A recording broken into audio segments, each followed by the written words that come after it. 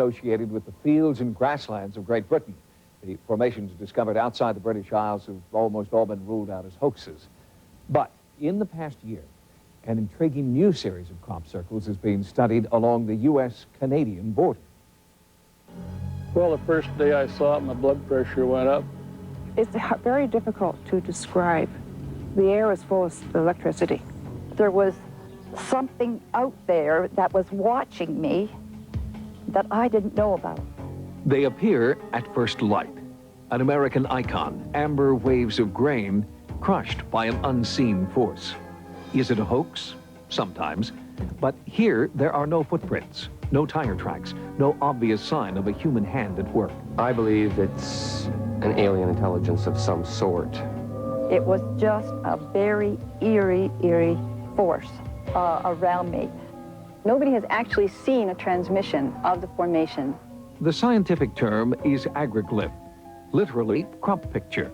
Once a predominantly European phenomenon, 3 new North American agroglyphs are being studied. This one appeared near Portland, Oregon in June 1994. Then, in July, 2 separate designs appeared in the same wheat field in Chehalis, Washington. 2 weeks later, and 2,000 miles away, this classic pattern was discovered in Windsor, Ontario, Canada. Farmer John Parks was on a routine inspection when he discovered the formation in his neighbor's wheat field. The straw was just bent, just laid over, right from the ground. The stalk was still one big long piece of straw, but it was just tipped and laying right flat on the ground. I find it hard to believe that a human being actually could really go in there and do that without disturbing any straw. If you went in and pushed it with your foot, the straw would kink, would bend somewhere in the middle and be broken. And this straw wasn't broken. The evening before the crop circle appeared, animals in a kennel less than 1 mile away were acting strangely. The guard dog was barking incessantly. The owner of the boarding kennel was puzzled by his dog's erratic behavior. Around midnight on Sunday night, she started to make a racket, barking, whining, and we told her to be quiet, and she just wouldn't respond. And animals sense a lot of things which we don't, you know, so what turned her on like that, I don't know. Did the same force that affected the wheat affect local animals as well? He was actually putting up quite a fuss. He didn't want to go past the circle whatsoever. And so I you know, settled him down. His eyes were this big. The white was showing around his eyes. He was really nervous. Is there a connection between the nervous energy exhibited by animals and the anomalous energy that flattened this wheat? That's a possibility being explored by the United States Center for Crop Circle Studies. There are certain features that you develop an eye for, and if you keep an open mind and not coming in with an expectation of finding this or not finding, if you stay open, you'll see all kinds of things. The clues are all over. The obvious first thing to do is try to see if there's any entry or exit marks, possible signs of maybe something mechanical being brought in there. Then I use my eyes and my camera. And before I touch things or lift things or move things, or before things get another couple of seconds older, I photograph it.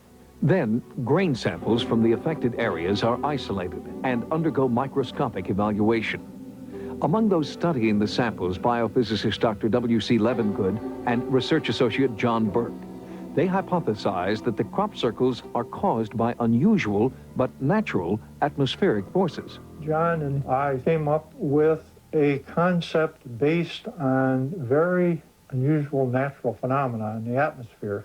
At his laboratory in Grass Lake, Michigan, Dr. Levengood is currently conducting a comprehensive biomolecular study of crop circles. He has discovered that wheat from certain formations have actually become magnetized. They go through biochemical changes. They go through cellular changes. This is a control node here, showing you the normal node, very symmetrical.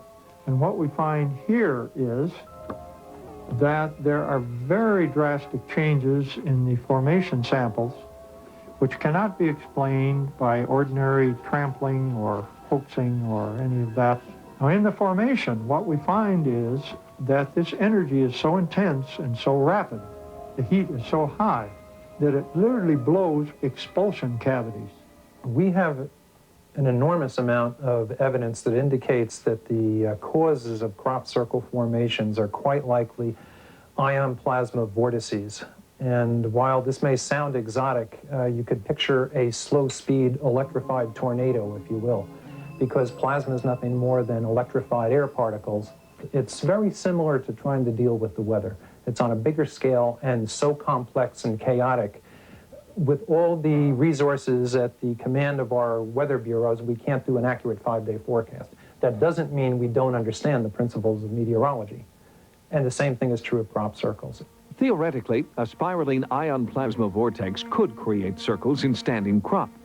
But could a force of nature create these intricate patterns? I believe that the circle makers are non-terrestrial entities, and probably non-physical, non-terrestrial entities who don't need UFOs. I don't believe that these are craft landings or pod marks. The National Director of MUFON, the Mutual UFO Network Canada, is investigating the suspicious origin of the Ontario crop circle. There seems to be, in some of the better cases, a definite UFO connection. There's also evidence of paranormal activity like psychic effects, physical effects. Stranick's theory is bolstered by reports of UFOs sighted the night before a crop circle discovery. They are amber lights that are seen coming to the ground and extinguish when they touch the ground. If an alien force is creating these circles, is it random, a cosmic prank, or are they trying to tell us something? This could be the message as well, that we are in trouble here on planet Earth. Things have to be changed, and we are slowly being told and shown through crop circles and various other phenomena that we are not alone, and we may need some outside help. All scientists, I think, have a love of the unknown, of the mystery of the unknown, and there's a beauty in crop formations as well that is rather compelling. Crop circle investigations are becoming more and more scientific. Advanced technology is helping researchers gather extensive amounts of data. Unfortunately, all this new data still hasn't solved the mystery of how and why crop circles are being created, or by whom.